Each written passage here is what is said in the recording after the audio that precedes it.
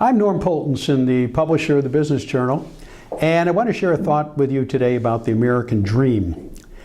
American Dream is based on novels that were produced in the 19th century by Horatio Alger Jr.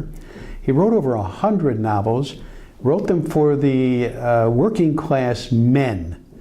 And the theme of all of his novels was you could rise above your current level by hard work and by thrift and by focusing. You could in fact share the American dream by becoming wealthy. This is where we got the idea of rags to riches. Now, some call it a myth in our society, and it's a very stubborn myth that we still believe in today. Now, there's another myth that parallels that goes back much farther, and that's the myth of Robin Hood, which takes us back to 12th century England. And Robin Hood apparently was dispossessed of his land and pursued by the wicked sheriff of Nottinghamshire. And in turn, Robin got together, created his merry band of men, and decided that he'd spend his life discomfiting the sheriff of Nottingham and eventually the king and trying to get his property back. The idea there is take from the rich and give to the poor.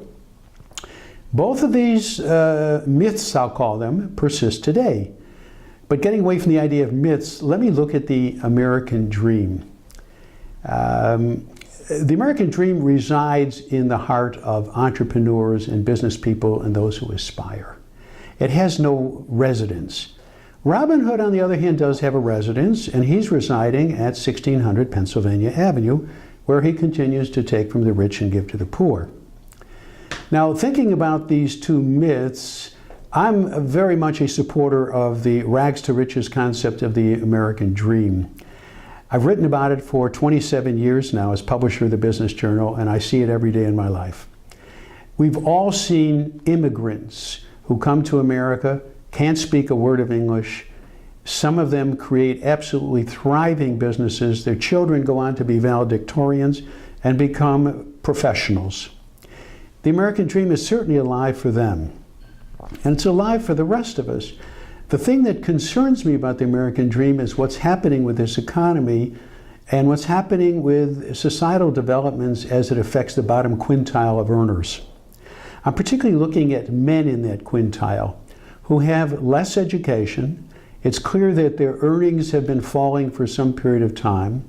What's also clear is that there's a direct parallel to the fact that they're not marrying. What many of them are doing is simply dropping out of the economy, as noted by our March figures, where 496,000 people decided they were no longer going to look for work.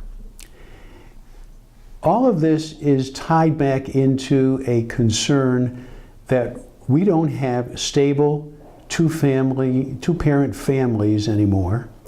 The trend has been towards single parents in the home, particularly mothers.